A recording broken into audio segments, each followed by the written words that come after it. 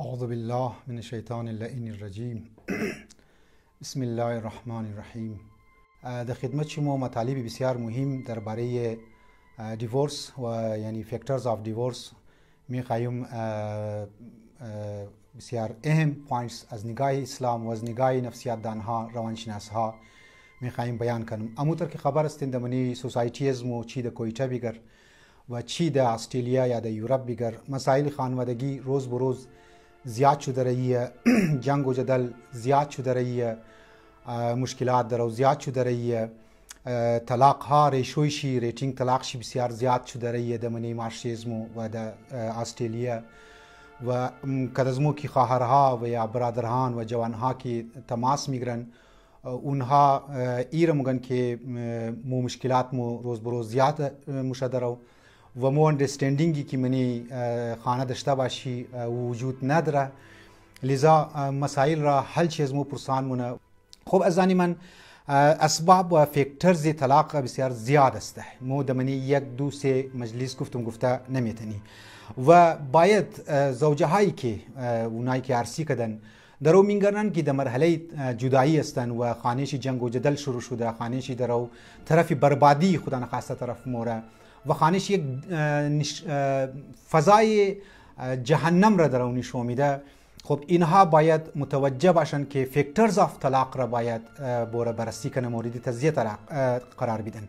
خب وقتی که مو یک مریض را میگرنی، مریض مشنه یا یک شخصی که ناجور مشنه، خب قبل از او باید مختلف تست شونه، مختلف آزمایش ها شونه تا دردی از او چیز را معلوم کنه، برای از او بس دوا تجویز میشه، برای از او دوز بس تجویز میشه.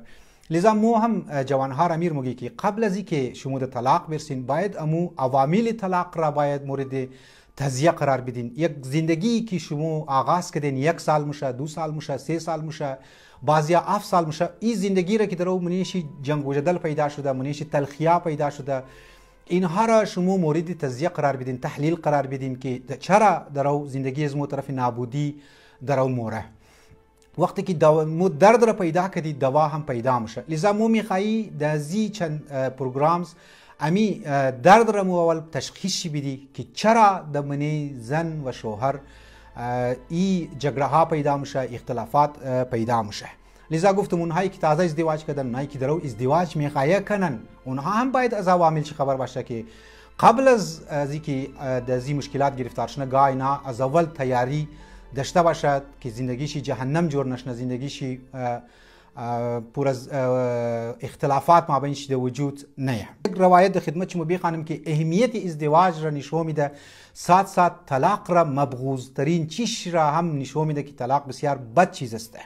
پیامبر اکرم میفرماید تزوجو یعنی عرسی کنین، ازدواج کنین، ولا تطلقوا، یک دیگه خود طلاق ندین، فإن الله لا يحب الذواقين ولا الذواقات ولا الزواقات.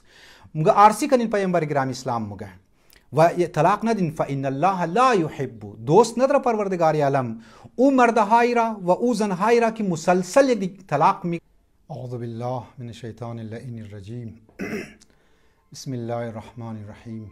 یعنی مردها مسلسل درو طلاق میده، مکرر درو طلاق میده، کنتینیوتی طلاق میده. یک زن گرفت چند دیر که دزو که تیر کد بدزو سیر میشه، باز یک دیگه زن میگره، باز یک دیگه زن میگره، امیتر درو طلاق داده موره. پروردگار عالم ای افرادها را دوست نداره. ای افرادها در مقابل پروردگار عالم، در نزد پروردگار عالم افرادهای بسیار زشت است، افرادهای بسیار پست است. اما در زنها را مو میگن زنی من که در بسیاری موارد میگن که طلاق میگیرن از شویای خو. خب واقعا این حدیث اشاره به رمزی مطلب داره که امروز مو میگن در مختلف مسائل ها مردها عروسی مونن و زنهای خود طلاق میدن. پس گفتم که سیر شد بس مورد دیگه عرسی مونه، امیتر زنها مکرر عرسی مونن، شوهر میگرن، از شوهرهای خود طلاق میگرن. وقتی که رفتی گو خدا نخواسته روابط نامشروعی پیدا کرد که دیگه کس عرسی مونه، که دیگه کس ازدواج مونه، بس ازو که سیر شد باز د دیگه موره امیتر عرسی کده موره. لذا از من باید متوجه داشته باشی که ازدواج یک امر مقدس است در اسلام و در مکاتب دیگه ادیان که است. تو فاکتورز که است بسیار ضروریه که ما مورد توجه قرار بدی که طلاق را دمنی مارشیزم نشون میده که دو فاکتورز است و خانه ها و زوجه ها که در طلاق میرسه دو فاکتورز اصلی است. یک فکترز ایه که قبل از ازدواج اگر مو بعضی از کارها را رعایت کنی و فیملیز بعضی از کارها را رعایت کنه، جوانها بعضی از شرایط را، معیارها را، کرایتریا را اگر بعضی کرایتریا را مد نظر داشته باشه، یقین که در مرحله طلاق نمیرسه.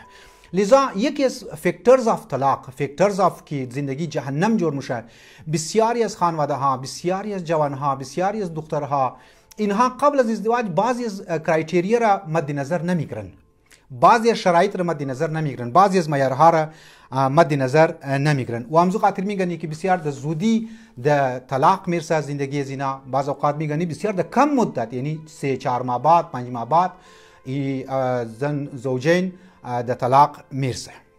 یقین که اگر می کرایتریای قبل از ازدواج که خدمت شما امروز میخوایم بیان کنم، اگر جوانهایی را بررسی کنن و توجه داشته باشه طرف ازی، کانسنتریت داشته باشه، یک سنسیتیویتی طرف ازی نشان بده، یک حساسیت نشون بده طرف ازی کرایتریای قبل از ازدواج، و گفتم بسیار از مسائل ها حل میشه. دو کرایتریایی که قبل از ازدواج باید مو در نظر داشته باشی، کرایتریا یعنی معیارها را و امو اصولها را، پرینسپلز را باید مو مد نظر داشته باشی. یک که معیارهای اصلی در نظر روانشناسا هست، در نظر روایات هست که این کرایتریا بسیار بسیار مهمه. کسی که یک فرد دیندار است، یک فردی که در منی یک خانه مذهبی پیدا شده و خانهش مذهبی است، او این چیز را باید مد نظر داشته باشه که قبل از عرصی یک کرایتریا های بسیار در درجه یک، یعنی در استیپ اول قرار میگیره که طرف از نه باید توجه بده. یک ای که زن و شوهر، زوجین و فیملیز باید اعتقادات دختر را و اعتقادات بچه را باید حتما قبل از ازدواج مورد نظر قرار بده. اعتقادات امو فطری بچه را باید مد نظر داشته باشه، امو افکار اعتقادی دختر را باید مد نظر داشته باشه.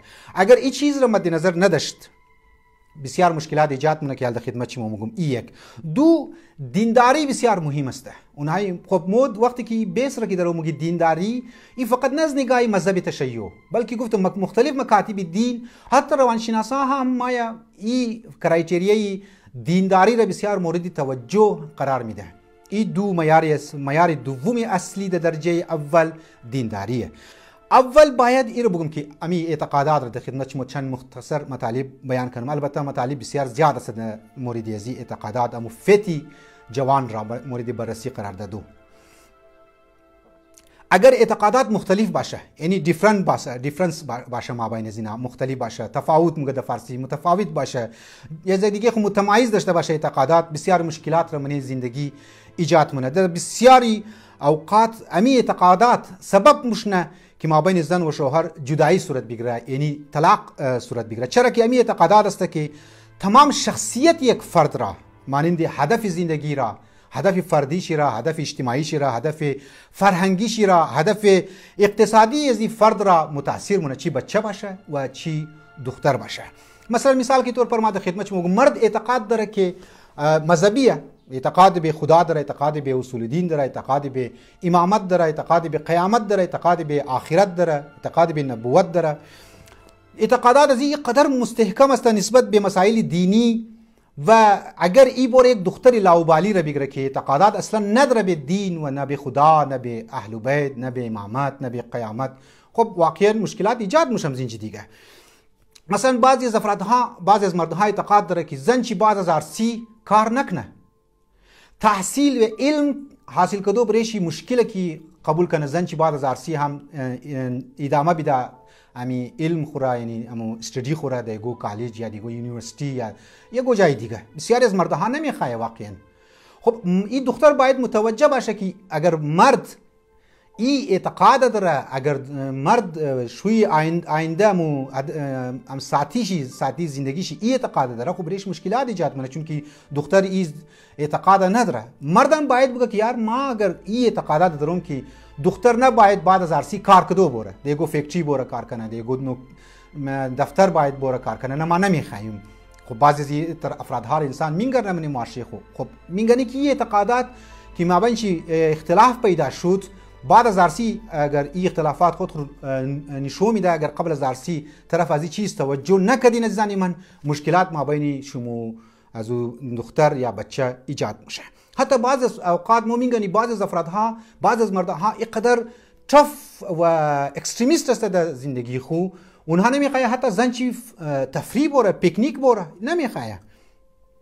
لذا مؤمن جی مگه که ایمان به پروردگار عالم، ایمان به خدا، ایمان به اهل بیت، ایمان به آخرت زندگی را بسیار آسان مونه، تسهیل مونه، ایزی مونه برای زن و شوهر که انسان ایمان به خدا داشته باشه. که یک وقتی در خدمت شما عرض مونم که آثار ایمان به پروردگار عالم برای زندگی اجتماعی و فردی و خانگی حتی بسیار اثرات پوزیتیو داره، اثرات مثبت داره. این یک باید اعتقادات باید مد نظر داشته باشیم، اعتقادات زن و شوهر را و فیملیز را.